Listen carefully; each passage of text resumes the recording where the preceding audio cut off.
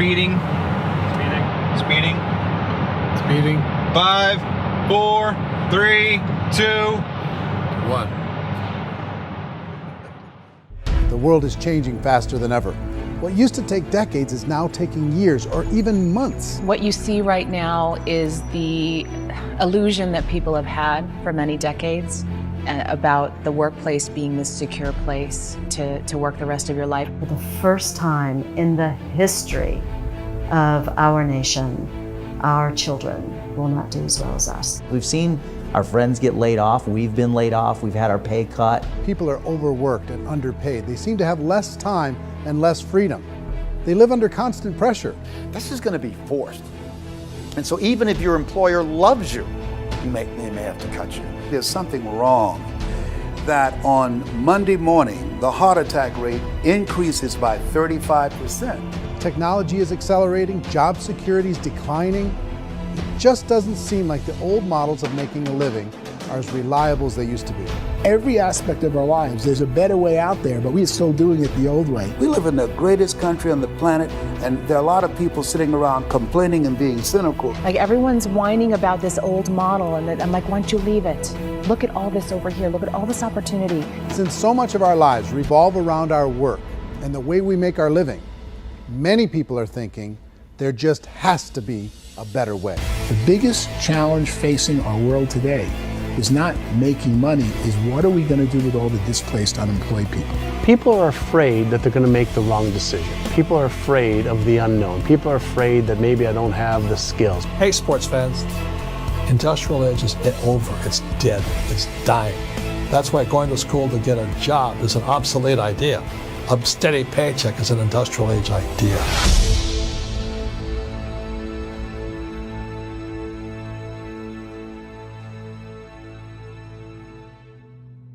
It's the search for answers that has brought us here together today. My name is Eric Worre, and for almost 30 years I've been an entrepreneur, struggling at times, but ultimately succeeding.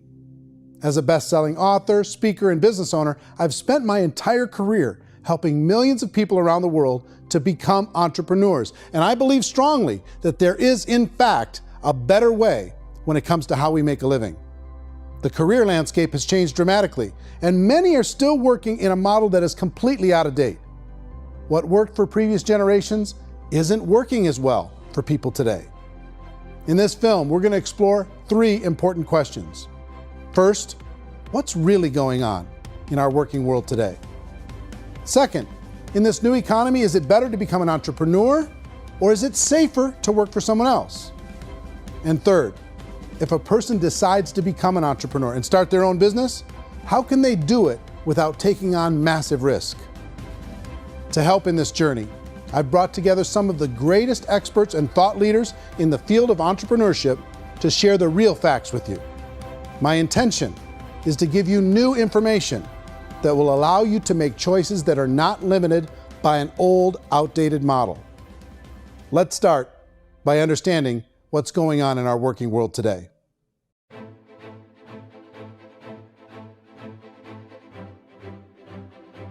Let's look at unemployment. 30–40% of the people are honestly not working, but would be working. What our government does is if you haven't found a job in 6 months, we don't call you unemployed. We pretend you dropped out of the labor force. I've often said that unemployment, particularly structural unemployment, that's unemployment due to technological changes, is the first sign of economic growth. Think of it, 10 people live on an island. They go out every day and fish. One day, new technology shows up. A missionary brings them a net. Now, using the net, one pilots the boat, one throws the net. 2 fishermen can do all the work 10 used to. That's a 500% increase in productivity, 2 doing the work of 10, in one day. You don't have to learn a lot to learn how to throw a net instead of throw a fishing line. The island's got a big problem, 80% unemployment. But the island still has all the wealth of the fish because the 2 people produce as much fish as 10 did. Now, of course, looking back in history, these changes used to take thousands of years. And during that time, we went into farming and transportation. Some of us became doctors and some teachers and lawyers, and we developed all these new professions and new manufacturing jobs. Today, these changes are occurring literally in one day when a new technological advance occurs, and we don't have the social structures to deal with it or to retrain the unemployed people. So one of the things that I think is interesting as I travel across the country and really travel around the world is the way that we work and the way we get paid for work is changing pretty dramatically. On a global basis, everything is being turned upside down because of the rapidly advancing technologies. They are eliminating many jobs, and we have been left with many people not prepared for the jobs that exist. A lot of demand in public companies was to squeeze out all the fat and to get just as much margin as we possibly could, and fat equals humans. So this idea of job security in information age is so obsolete, but it's still taught inside our school system, and that's where the problem starts. There's no financial education in the school system, and people are still trained to be employees who work for that paycheck. This is a chart on the middle class. What's happening in the middle class, those that went to school, their incomes have been coming down for years. And parents still say to their kids, go to school, get a job. Now what happens to all those middle class people who are dropping off the ends of the chart? Well, they become what's called working poor. And this is what happens to working poor. But they say poverty is ending. Well, poverty may be ending, but working poverty is going up. And this is food stamp usage. So food stamp usage in America is going through the roof right now because people cannot earn what they call a living wage. Most people have experienced financial pressures that I think are probably greater than they have been in the past. If you're not working for yourself, then it's going to be a pretty hard road for a lot of people. Today, if you're going to control your future, the 40-40 plan is gone where you can graduate from college and get a job and work for 40 hours a week for 40 years. That day is gone. So some of these charts actually tell you what's going on. And this is a really interesting one, you know. People are going back to school because if I go back to school, I'll get a nice job. But this is what's happening to, it's called Sallie Mae, which is the student loan guys. Student loan is going through the roof. It's now over $1 trillion, and student loan debt is worse than credit card debt. So when people stopped using credit card, the government got people into student loan debt. And the problem with student loan debt is you can never be forgiven. See, with credit card debt, you can declare bankruptcy and then all's forgiven. But student loan debt, you can declare bankruptcy, you still owe it. It's the worst of all debt. But this is the next picture. Look at this chart here. This is what's happening to wages of college graduates. It's going down. So you go to college, you rack up all this debt, but you earn less money. Now, that's not that intelligent. Average person who's been working a lifetime in America today is ending their lifetime at 65 with about $41,000 in assets. They earned just enough to survive. I think in the United States we have something like 17 trillion in debt. That's just the federal government debt. We got another 2 in municipal and in other, let's call it almost 20 trillion government. We've got 40 trillion in private debt. That comes up to close to 60 trillion. When you then add something we never had before, what you were talking about, when we look at the unfunded portion of Social Security and primarily Medicare, Medicaid, that, at the most conservative estimates from outside firms, Kleiner Perkins, 67 trillion and growing.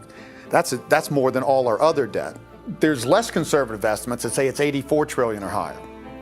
I added up conservatively $127 trillion in total debt. Debt is a financial drug. When you take it to excess, it's like taking a drug. Yeah, it makes you feel better, it enhances your performance, but at a huge cost, eventually it kills you. And so that's what happens. We keep doing more and more debt, and you get less and less results, just like a drug, until the debt gets so high that it crushes the whole system. That's where we're at, 8.2 times GDP. You know who I feel sorry for? I feel sorry for the person who dreads going to work, who is sick to their stomach on Monday morning, who hates their alarm clock, who gets a little glimmer of hope on a Wednesday because it's hump day and says, thank God it's Friday. And they live for those 2 days a week where they get to be themselves and they don't have to be around people they don't like, and they don't have to play the political game in the office, and they don't have to live this half life. The person that works 50 weeks a year just to be able to have the 2 weeks for vacation. And you know what happens to most of them nowadays? They don't have a vacation. They have a staycation. They have time off of work, but they don't get to go where they want to go because they're overextended. They've got all this debt. They got all this situation. They hate their alarm clock. They can't sleep until they're done. They have to spend most of their life in traffic. I feel sorry for that group of people because there's a better way. They just don't know it. I see this really interesting attempt at rugged individuality in a 6x8 rectangle.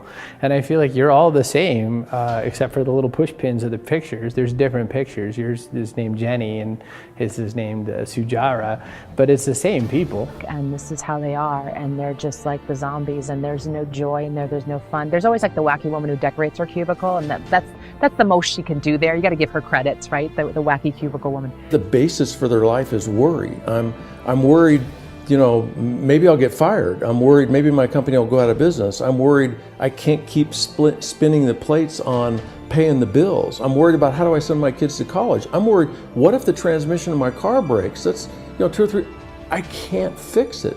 People live in a sea of worry, and it eats at them. Those signs that people held up during the Depression didn't say looking for gainful employment in a cubicle.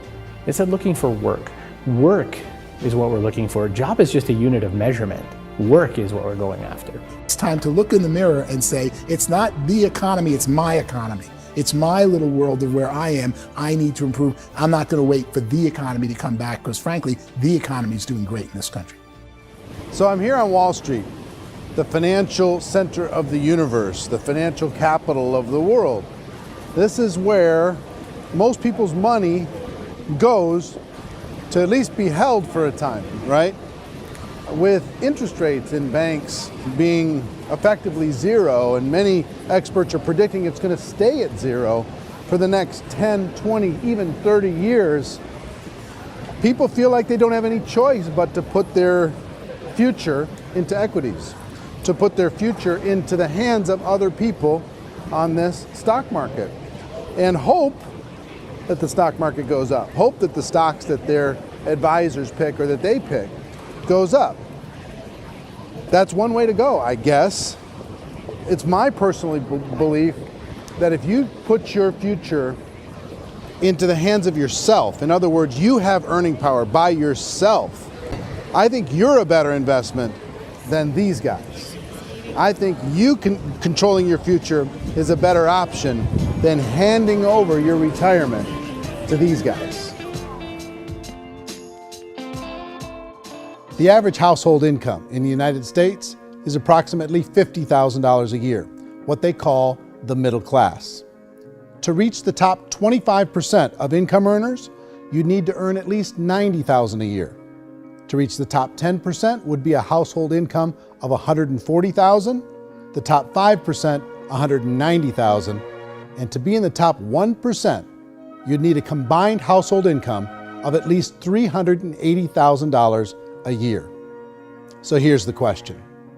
What do you think would give you the best chance to move up and get to the top 10%, the top 5%, the top 1% or beyond? In my opinion, and in the opinion of many, many experts, the answer is to become an entrepreneur, to become your own boss.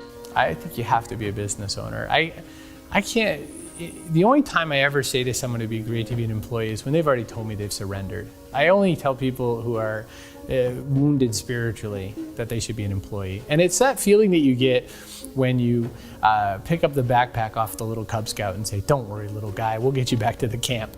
You know, it is in no way a kindness when I tell someone they'd be a great employee. The other status symbol really increasingly is lifestyle. I mean, people can own their own business, maybe even work out of their house. That, I tell you, people admire that. Like, gosh, I wish I could do that. The spirit of the entrepreneur is to be a risk taker and to be resourceful and unstoppable and to have a vision of yourself beyond where you are and not willing to settle for life as it is. Think about the great entrepreneurs. They're visionary. They have heart. They're willing to do today what others won't so they can do tomorrow what others can't. Personally, I don't think of the new economy, the old economy. I create my own economy. The entrepreneur's in control. I decide what the economy is going to be like. In the world of entrepreneurship, there are no limits. You can make as much as you want, depending on how much you want to work and how smart you are and how great a team you put together. There's no more lifetime rewarding business than being an entrepreneur. Why in America, where anyone could be anything, would people want to give up their freedom and become effectively a modern-day slave, told shut up and be here every morning at 7:30, leave at 5:30, and do what I tell you? If people decide to become an entrepreneur and work for themselves, they have some traditional options, but they're riskier than you might think. Any kind of a retail business, retail build-outs, is extremely expensive. Even just these small little yogurt stores where they're putting little yogurt machines and you get all the different flavors, you're spending $200,000, $300,000, $400,000 to open a yogurt shop. I would love to buy a Dunkin' Donuts, but it's $500,000 or so to start. I don't quite have that just in case money. Risk you can lose it all, and most guys do 2 or 3 times, and even big guys like Branson, because I'm such a fan of his, half his companies don't work. If you make $1 million, your problems are going to go. If you make $1 billion, your problems are really going to go. Just the opposite. You and I know when you're making $1 million, you get $1 million responsibilities. You make $1 billion, you got 1,000 times $1 million responsibilities. And most people say, I'd love to be my own boss. 70% of Americans would love to be their own boss, according to recent polls. But they don't know how to get there. Because what are you going to do? One, you could buy an existing business. If somebody's selling an existing business, you have to ask why. Usually because it's probably hard. It's probably not making as much money as they hope. 2, they could buy a franchise. A little less risk, proven system, but it's expensive to be able to do that. 3, they could start something from scratch. And that's where a lot of people feel like, I don't have the chops to do it. I don't have the money. I don't have the product idea. I don't have the expertise. I don't have whatever it's going to take to be able to get there, and I can't risk my family to do it. So, 4th, they could become an investor. A lot of people in this town invest to try and figure out a way, but you got to be pretty smart with that game too, right? Venture capitalists, who are the very best and most sophisticated in investing in new breakthrough businesses, make it on 1 out of 11. That means 10 out of 11 are mediocre or fail. Most of them fail. That's the risk there. An angel investor is lucky to get 1 out of 15 or 20.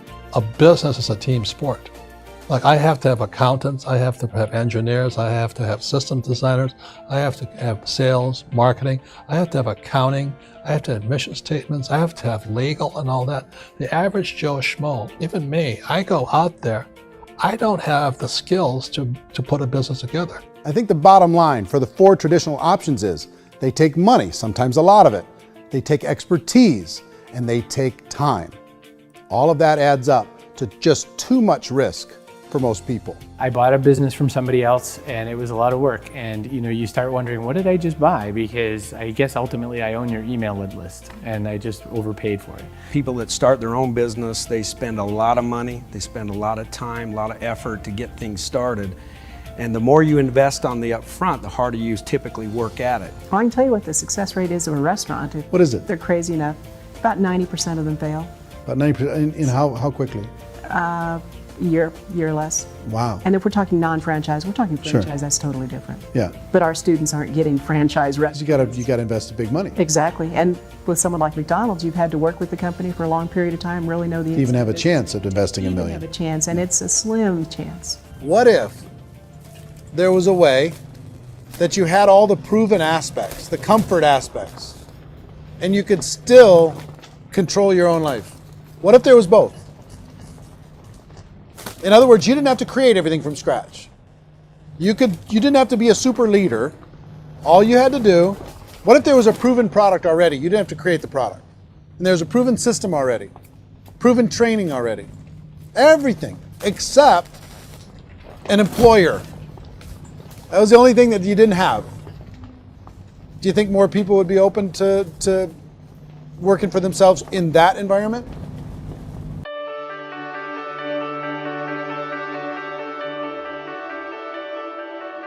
In our search for a better way to make a living, we've come to the conclusion that becoming an entrepreneur is actually safer than being an employee. And through our look at the entrepreneurial options, one particular path kept coming up from expert after expert. And I think most people will find it surprising because it's certainly a non-traditional business model. That model is for people to start their own business and become an entrepreneur through the creation of a network marketing business. Some people call it direct selling because the product is being sold directly from the manufacturer to the end consumer, cutting out the middlemen. Other people call it multi-level marketing, or MLM, because there are multiple levels of commissions paid. The most common term today is network marketing, because network marketing best describes using a large group of independent distributors, independent entrepreneurs, to move a product or service more efficiently. So my friend here, Donald Trump, and I, we always write about the network marketing industry. And the reason we support the network marketing industry is because it really is a business school for entrepreneurs. Because most people come out of school looking for a paycheck. Oh, that's terrible. I would go into network marketing like that. I think if it didn't exist, we should invent it. It is that good. I think direct selling is a great way to do business today. It's very easy to get into that industry, and you can be self-employed, be in effect an entrepreneur. When we see multi-billionaires adding network marketing companies to their portfolio of companies, that would be a clue. When we see people who are very famous authors and very famous business people endorsing the industry, that would be a clue. These network marketing companies aren't $50 million companies, they're billions and billions of dollars. They lead the stock market, they're major companies. When we're going to get it? You know, and you're going to school to work for a paycheck, but if you want to be rich, be an entrepreneur, and network marketing gives you the spirit to be an entrepreneur. A traditional company will spend up to 50% of their total revenue on marketing. Network marketing companies use a different approach. Instead of having all that extensive marketing expense, they utilize a network of independent distributors to do the marketing for them. Now, why do they do this? First, because word-of-mouth advertising is so much more effective today than traditional media advertising. Second, some products need to be explained or demonstrated, and an independent salesperson can do that more effectively than an ad campaign. Third, it's completely efficient. The company only pays for the marketing of their product if a sale happens and not before. Imagine if Amazon allowed you to become an independent distributor and paid out 40% of its revenue to that distributor group. All you had to do as a distributor was recommend a product, and if a person bought it on Amazon, Amazon would take care of all the logistics, and you'd get paid for bringing the customer. Now imagine you got paid for every purchase that customer made for the rest of their lives. Well, Amazon doesn't offer this option, but network marketing companies do. 85% of all buying decisions in our society are made as a result of word of mouth or reputation. We're recommending things to each other all the time. You know, who's your dentist? Who's your doctor? Who's your lawyer? What detergent, are you using? What legal system are you using? What product are you using? We're talking to each other about the things that we love anyway. When you go into a big box retailer, you're lucky if the clerk looks you in the eye, much less gives you any detailed or accurate information about what you're purchasing. So of course, this personal information, this education coming from a friend, a neighbor, a relative, or even a stranger, but one who has experience with the product is extraordinarily valuable. As a matter of fact, network marketing can educate consumers probably better than any other form of marketing. It certainly can do better than advertising, because advertising usually has a certain hype to it, and you can only get limited information. So, network marketing trumps advertising. If you were a typical sales company and you wanted to sell $1 million a month worth of product, you might go find 100 superstar salespeople. The quota would be $10,000 a month. So network marketing as a distribution system just flips the numbers. So we use 10,000 happy, raving fans of a particular product, and we don't concern ourselves so much with how much product each one of them individually sells. If they sell just $100 or $200 a month, and there's 10,000 of them, you're selling $1 million to $2 million a month worth of product.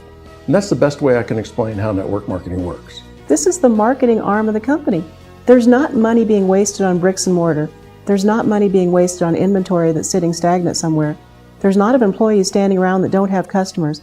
These are people that are going to connect with customers. These companies allow people to become independent distributors for extremely low cost and with no minimum time or sales quota. Essentially, they own their own business and can provide as much or as little sales as they choose.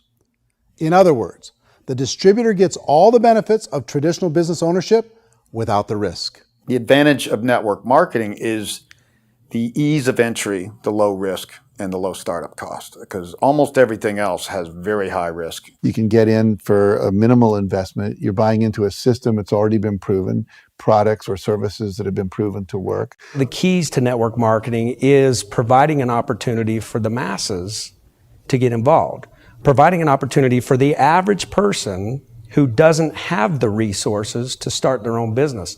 All of this so far is fairly straightforward, but network marketing offers another benefit, and it's this benefit that makes it so interesting for entrepreneurs. Network marketing allows a distributor to build their own network of other distributors and then compensates them on the sales created by that entire group. Direct selling is, at its base, very simple. It's the sale of a product or service to an individual on a face-to-face, one-on-one basis, just the way we're talking right now. But there's an important element as well, and that's the offering in conjunction with that sale of product, the offering of an opportunity for someone to make something of themselves. No matter what your social status is, no matter what language that you speak, I mean, look how many unbelievable people are becoming successful that speak every kind of language out there. What an awesome gift to give the world. Instead of having to work your way up in a system and prove that you could be a sales manager, they just decided everybody can be a sales manager. Everybody gets to build a sales team from day one. And so what that brought into the system of growth as a direct selling company is the concept of compounding or geometric progression. Because now you can actually grow a sales force very quickly because everybody is enrolling people in their own sales force. People who are like, oh, this is weird, I'm building a sales team, or what do you think you do at a regular company? How do you think a regular company works? Network marketing is the only industry that doesn't say your past determines your future. It looks at your past and says, okay, now what can we train you to do so you can have a great future? Every other employer out there wants to exploit you for what you already know, not teach you something new. Network marketing has the potential to save the United States and the world because it's going to teach people not to be employees, but to be entrepreneurs.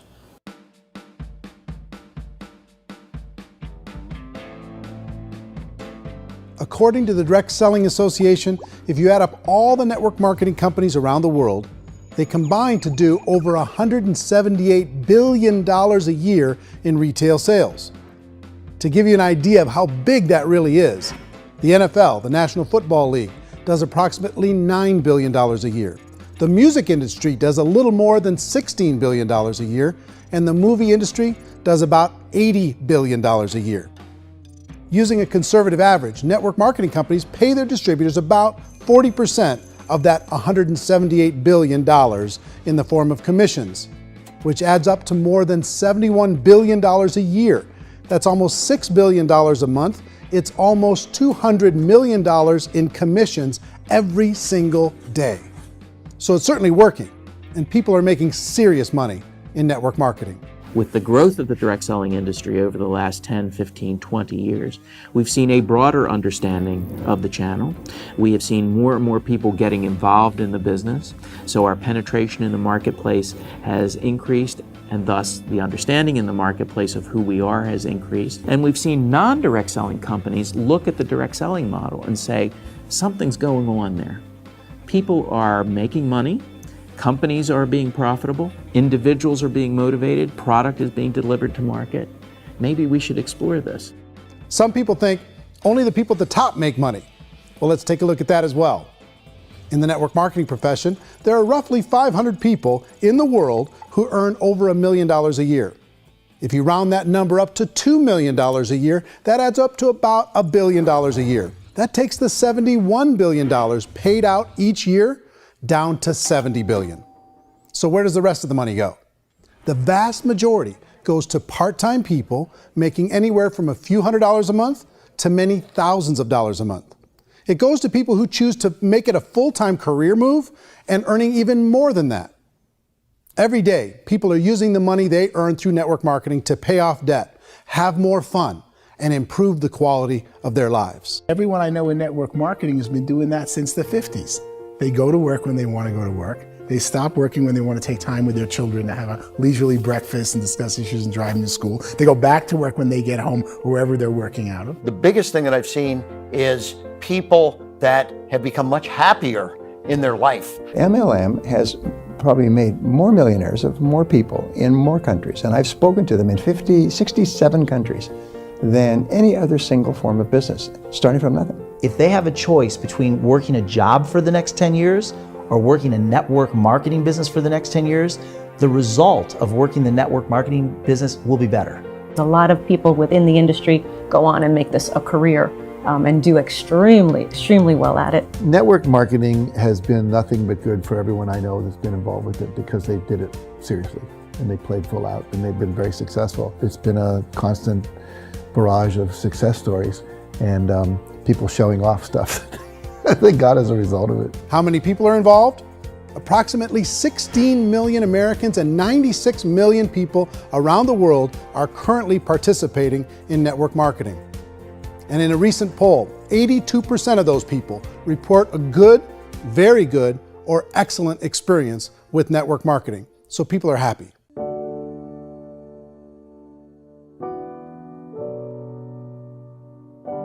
So I've taken a look at the network marketing profession and really tried to understand why so many people are confused as to the validity of this as a business. One is this pyramid shape. People get really messed up with this pyramid. Oh, it's one of those pyramid things. So I just think there are a lot of haters out there who really don't understand the industry and say, oh, it's a get-rich-quick scheme. It's a pyramid. Well, corporate America is a pyramid scheme. You know what I mean? It goes like this. You have thousands of MBAs, let's say working for Ford or General Motors or Coca-Cola. If all these MBAs, they're all trying to get to here, that's a pyramid. Only one guy's going to make it. Every 10 years, one's going to make it. Whereas you look at network marketing, it's like this. So you're here, and your job is to develop other CEOs coming up behind you. So it's an inverse pyramid. In network marketing, it's a very simple concept. If you sell product, you get paid. It is paid based on production. There is no first mover's advantage. There is no investment component where the more somebody spends, the more they're entitled to make. So the two are polar opposites of each other. It doesn't matter what shape the company is or the compensation plan is shaped, whether it's a circle or a pyramid or a triangle or a trapezoid, it doesn't matter. If compensation is coming primarily from recruitment, then you got a problem. On the other hand, if an operation is basing their compensation to participants on the basis of sales, even when those sales are generated by people you've recruited, well, then you're a perfectly legitimate enterprise. That's the legal test, it's the practical test. Another issue that's been true in the past that is no longer true now is people used to be in network marketing loaded up with products that they couldn't sell and they ended up a loser. They ended up with a bunch of product in their garage, they ended up with a bunch of products sitting in their kitchen shelves or whatever, and they thought they could sell it and then they weren't willing to or able to sell it and they ended up with a bunch of stuff and they were bitter about it. There was this thing called front loading where you had to buy if you bought $25,000 worth of product, you got better commissions and all this. Today, it's almost all done by computer. It's direct mail, comes from a warehouse somewhere else. You don't have to have all this inventory. You don't have to stock up. It's a paperless world now. Most of it's done online. You have a back office. It really works. And the technology has changed everything. Third issue is people start talking about 99% of people in network marketing don't make any money. Well, we've talked about that over the course of this journey together.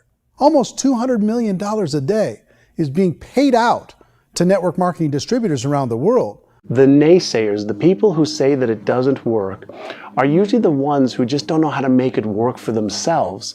And so they're giving you an opinion, and I tell people, don't confuse people's opinions with expertise, because opinions are free. And don't confuse sincerity with the truth, because people could be sincerely wrong. But here's the reality inside of network marketing. The vast majority of people that get involved in network marketing just become customers and they get involved to be able to purchase product at a lower price. If you take Costco as an example, if a person goes into Costco and gets a membership to Costco so they can get a lower price on the product, we don't call that person a loser because they have a bunch of product that they walked out with a smile on their face. Yet when some people want to take a look at network marketing, they say, well, those people, they're just using the product and they aren't earning an income, so they must be a loser. They're not a loser, they're a happy customer. That's the vast majority of people that are involved in network marketing. Now, a smaller percentage of those people decide to go build a business. They earn $300 a month, $500 a month, $1,000, $2,000.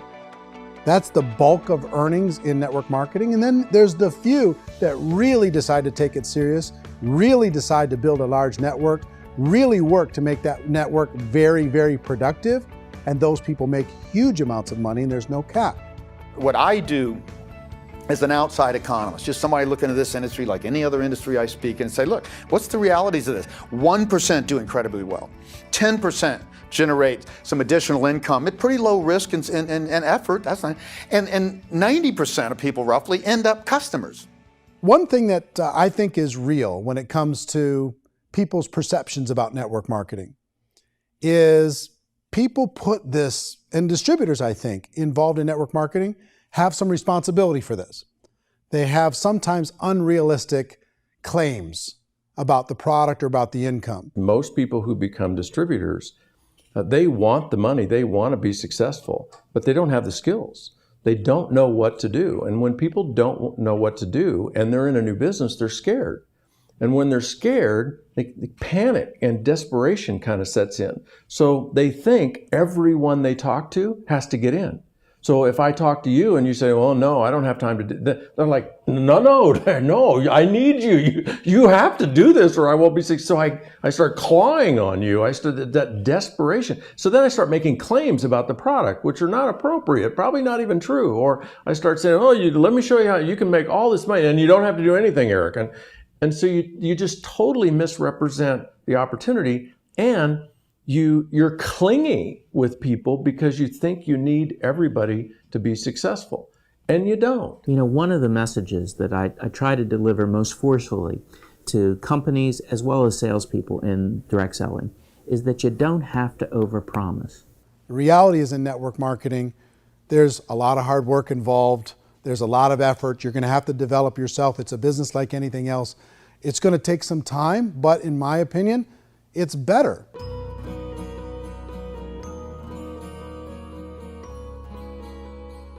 It's light years better for people starting today than it was even 5 years ago. I think it's more widely accepted now, and people understand it is a business. It is being an entrepreneur. It is being a business owner. Our belief system is based upon our evaluation of something. And frequently, if we reevaluate a situation, our belief about that situation will change. The industry has changed and it's grown up. It's totally transformed. You've got young people today that have grown up with social media, and they understand networks. They understand how people are connected through technology, and they understand how money flows through those networks. So when they see network marketing, they don't see it the way their parents saw it. And we've all learned, the larger industry that you represent, has all learned from those mistakes and flaws and errors that have happened early on. Early algorithms didn't work the right way. That's all fixed. It's like when they design a computer program, they design the program, then they run it, and then they go back through and they debug it. The MLM industry has been debugged. This is the day of being virtual, being able to run a business from your mobile phone. I mean, it's incredible. Companies are getting smarter. They're implementing more consumer protections. They're implementing more compliance training. They're doing more with respect to product research. If you do get involved and you make purchases of inventory, even on a voluntary basis, if you decide that this business is not for you, you can leave and have that inventory repurchased by the company. There's no other business that offers that kind of protection on a voluntary, self-regulatory basis.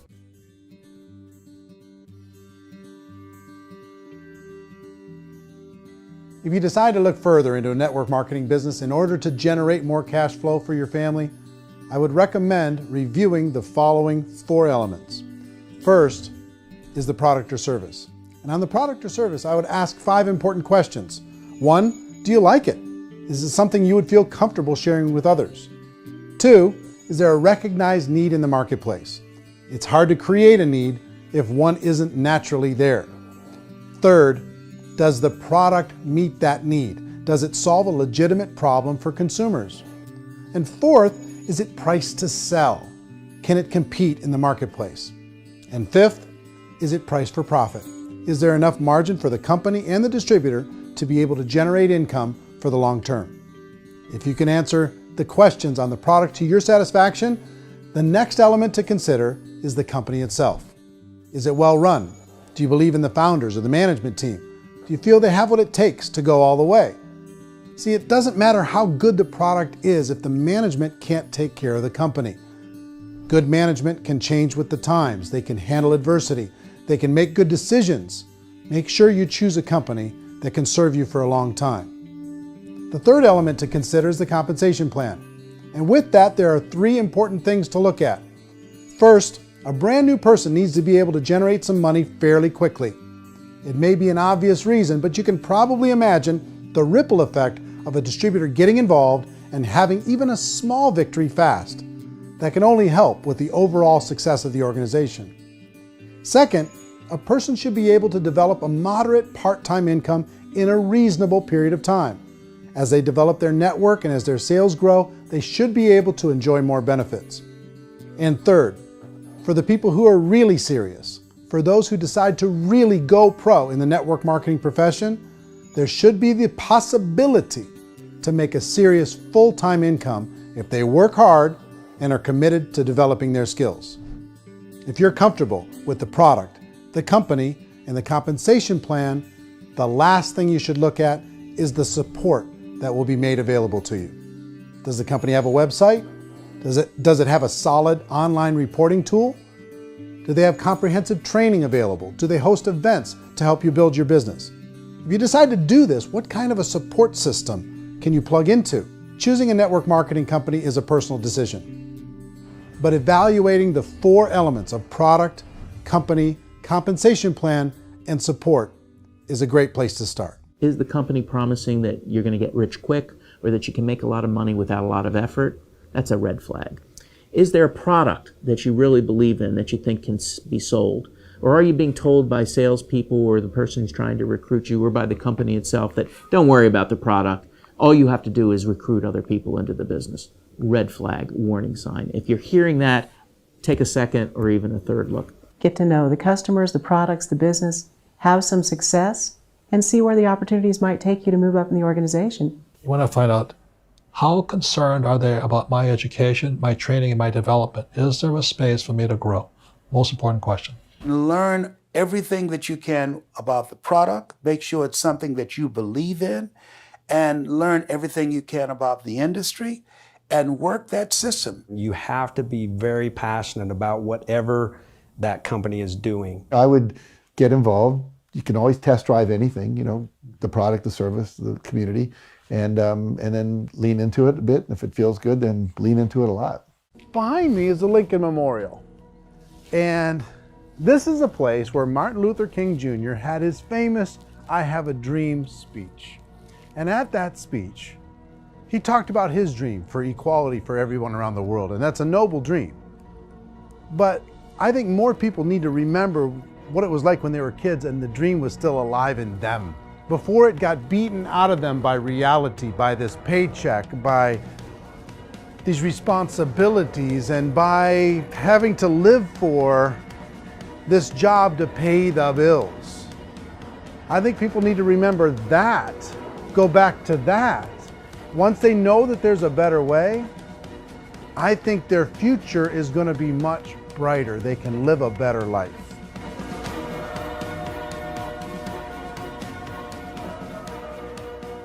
So if you're considering getting involved in a network marketing company, let me offer you just a few pieces of advice. First, network marketing isn't perfect. It's emotional, it's challenging. Like any entrepreneurial venture, it can have its up days and its down days. But if you have an entrepreneurial bone in your body, it's just better. Second, if you're gonna do it, decide to be professional. Decide to go pro. It's better to do that than just be this amateur sticking your toe in the water. Third, as any professional, you're gonna have to learn some new skills. And I promise you, inside of the network marketing profession, they're not too difficult to learn. Fourth, like anything worthwhile, it's gonna take some time. Don't expect that you're gonna get to the finish line right out of the gate. And fifth, it's worth it. It's worth it to be able to take charge of your life again. It's worth it to be able to control your own financial situation. It's worth it for the people you're going to be able to spend time with. It's worth it for the things you're going to be able to see and the experiences you're going to be able to experience. It's worth it for the causes you're going to be able to contribute to, the lives you're going to be able to touch, the customers you're going to be able to help, the friendships you're going to be able to develop. I promise you, it's worth it. Remember, most people are searching for answers just like you are. But I do have to tell you the catch to network marketing. If there is a catch, if you want to understand this from an emotional point of view, people say, well, it sounds too good to be true. It's not, it's hard work. But here's the catch. Most people still don't understand it. So you're going to have to endure the loss of social esteem from ignorant people. The uneducated will think less of you. Now, if you can handle that, you're on your way. If that's going to destroy you, you know what? Entrepreneurship in general probably isn't in your future. If you can face that catch, you can become unstoppable. I want everyone to really contemplate this if they're not in network marketing. You're in a job, you probably have a mortgage, you have rent, you have debt, whatever's going on. You're in a prison. You work just hard enough to keep them from firing you, and they pay you just enough to keep you from quitting. Come on! I've been there, done that, and bought that t-shirt. In network marketing, if you run into failure, it's really just a homework lesson for yourself. There's no one to blame. You really have no excuse not to be successful. You just don't. People don't want to hear that, but there's so much available to you. If you want to be a good network marketer, be a student to the people above you, be a fellow traveler to the people on the same level, and be a teacher to those below, and know when it's appropriate to do which. People who are not afraid of asking people to buy things, or not afraid of persuading people with the chance they may say no, these people own the future. Nothing happens until something moves. So you got to go move, you got to go do something, or nothing's going to change in your life. In the beginning, you're going to do a lot of things that you don't get paid for. But as you go down the road, you get paid for a lot of things that you don't do. And your job is rehabilitate the spirit, the entrepreneur spirit in all of us. Get it back. Either give it a strong yes or a strong no, but no wishy-washy, dilly-dally stuff in the middle. There's dreams and there are nightmares, but I believe that the biggest nightmare of all is when you don't pursue your dream. You're going to see some monumental growth in this profession. It's an exciting, exciting time to be involved with the network marketing profession. The next 10 years, I see just exponential growth. When that tipping point comes, it's not a matter of asking somebody, have you ever heard about network marketing? You're really asking them, which company are you building your wealth in? We are here to fix the world, to improve relationships with other people, to improve other lives. And the real reward comes as an entrepreneur in any level from teaching somebody something and watching them soar. There is no greater reward.